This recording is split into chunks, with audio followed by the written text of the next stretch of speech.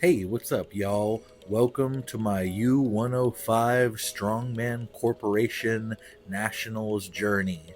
Boy, was it a learning experience. There were so many people there. It was so amazing and so horrifying at the same time. This is the first time I got to see the hoist mechanism, and I was just filled with a combination of fear and excitement. And then we went ahead and got it started. We're starting off with a 315 behind the neck press. The best I had ever done in the gym, I think, was right around 335. So I was pretty confident, but I did do something kind of weird where I tried to lock out twice because I thought I missed the lockout command because I was nervous. Up next, we have 335. This ties my best PR in the gym, and I was able to get it real easy. That gave me a lot of confidence. And then this was a 20-pound lifetime PR. We went for 355, and even though I had to reposition myself, we got it, and I was so proud of that. And I took a shot in the dark with 375, almost had it but got out of position, and then I basically kind of just got myself crushed by it by the second one. This did not feel good, but I gave it a try and I did what I could. Next, we were going over to the deadlift. I felt very confident about the 585 for 3, but the axle bar, ever since I tore my oblique maybe around 9 or 10 weeks ago, I've just been kind of terrified and psyched out by that bar. I made the mistake of training on a bar that had tape markings to make sure my hands were even. And as soon as I saw that solid blackness, I was like, uh-oh. And I got my hands a little bit off center. You can see I'm having trouble with my straps, and it kind of frustrated me. But I get a little bit off center, and I got it up to my knees and just felt this horrible, deep tear, like not tear, but tug in my pec, were underneath my armpit, where it felt like my pec was going to tear, and I just had to stop. I'm glad I didn't try to muscle through it, but it hurt, and it was very angering to get. I didn't get very far in that one. Then we finished it off with the hoist. That's 475 pounds. I had a decent rhythm, but I wasn't expecting it to be ratcheted, and I thought if I took my hands off of it, it would slip and I would fail. So I was taking way too small grabs during the whole thing until I just basically completely tanked out my grip and then just got stuck at a stalemate with this thing. I got so close to finishing it, but I had to get marked for distance instead. You can see every time I shake my head, I'm trying everything I got to try to move that thing, and it just ain't moving. But that was the end of the first day. I did what I could, and then we moved on to the heavy Circus dumbbell. This was so sad. This would have been a 10-pound PR. This is 190 pounds, and you see, instead of getting underneath it, I pushed myself away from it and missed it. And then I go over to the 150-pound dumbbell and try to make up for lost time. I think I got 3 reps, and then I got the 4th one to my shoulder, but I had already wasted too much time failing that 190. But it was a really, really, really good learning experience. By this time, I got to Vegas weighing about 235, and by this time I weighed about 224. Between dehydration and just having issues getting nutrition and stuff, that was such a hard battle, and it hit me really, really hard. I was not as prepared as I would have liked for this meet. I did what I could, but just everything was so expensive. Next, we got the 590-pound frame carry.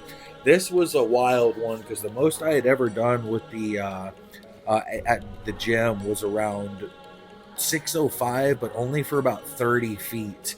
And I was able to do 3 rounds of this. The first 2, I just locked in my regular grip, and I felt it kind of slipping towards the end, so I decided to do my hook grip on the last one, which actually felt really, really good. It was really uncomfortable and painful, but it was really glued to my hands. but I just had a really strong pull in my quad when I put this down. And actually a couple of days later, I had this perfect teardrop shaped giant bruise where I had like bled underneath the muscle. So I pulled it a little bit.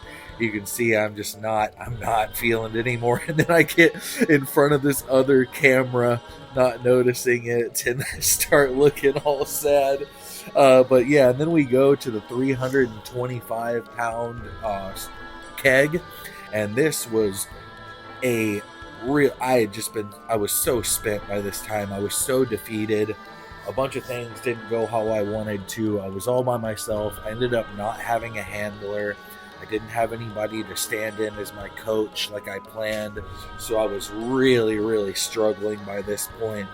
And I got 4 reps with 325. I got so close to that last rep, that 5th one, but I hit the post and just couldn't extend through it, and it almost smashed my foot.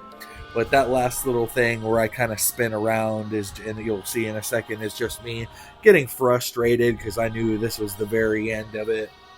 I ended up getting 32nd out of 42 people. I beat 10 of some of the best people in the nation. Obviously, I didn't want to get that crappy of a placing, but this is just going to be a really big learning experience for me. I'm already looking at a meet in November for Strongman, and I'm looking at a meet possibly in December for powerlifting, but I've got goals. I didn't let this bum me out too much. Like I said, a lot of things didn't go the way I want, but a lot of people there really did what they could to try to make me feel welcome, make me feel positive, even though I was kind of in a bad place mentally. So in some ways it was the worst of times, and in some ways it was the best of times. Boy, did I get that wrong. But it was really kind of beautiful. It made me feel very welcome, even though I didn't have necessarily the best performance that I could have. But this is the start of something really, really big. I promise I'm going to come back to nationals and get top 10 next year. I'm going to do what I can in my training. I've got a lot of big plans. I've got goals in mind, and we're going to get after it. From the bottom of my heart, I love y'all, and I appreciate you following me on this journey. I appreciate you helping me get here. All the people that gave to the GoFundMe are the reason I was able to do this. So from the bottom of my heart, I appreciate you. Y'all stay tuned. I got big things coming.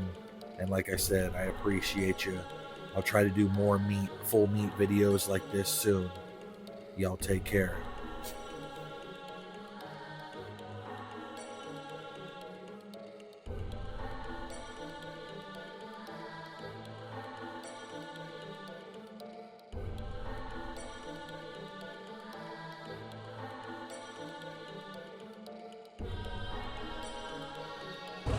In case anybody was wondering, downtown Fremont Street in Las Vegas is possibly one of the most horrifying places I've ever been in my entire life. Do not recommend.